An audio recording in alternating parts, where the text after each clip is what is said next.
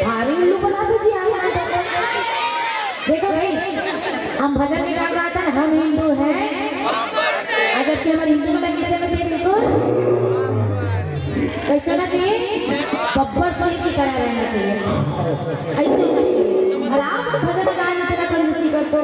भजन ये कारण मैं आपको लगवाता हूँ, अपन हिंदू में ना अलग अलग धर्म अपनाते हुए चले जाते हैं, धर्म परिवर्तन करते हुए चले जाते हैं। लेकिन मैं निवेदन करती हूँ आप से, आप धर्म परिवर्तन बस मत करना, अजय करत रहना तो आप रोक लो धर्म परिवर्तन कर सकते हैं। अजय इंसान धर्म परिवर्तन कर ले और कोई भी जंगल में चले जाए और कभी सुख नहीं मिलने वाला।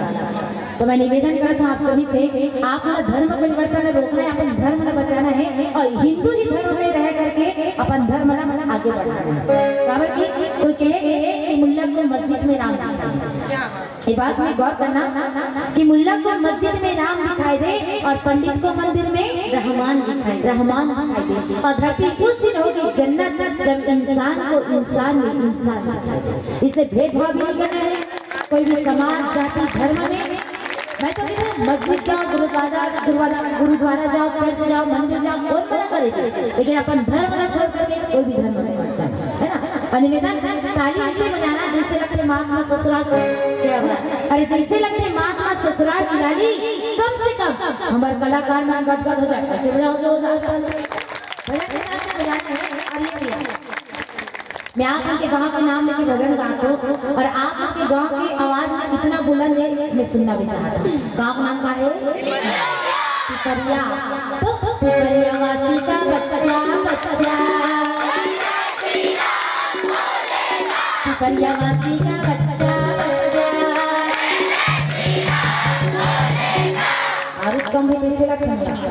नहीं नहीं नहीं, पिपरियावासी की आवाज कितना बुलंद है, पूरा आवाज में गूंज मारना चाहिए और आप मन की आवाज इतना गूंज मारना चाहिए आप मन के गाँव में कि आप मन की पिपरिया गाँव पूरा पवित्र हो जाए, है ना।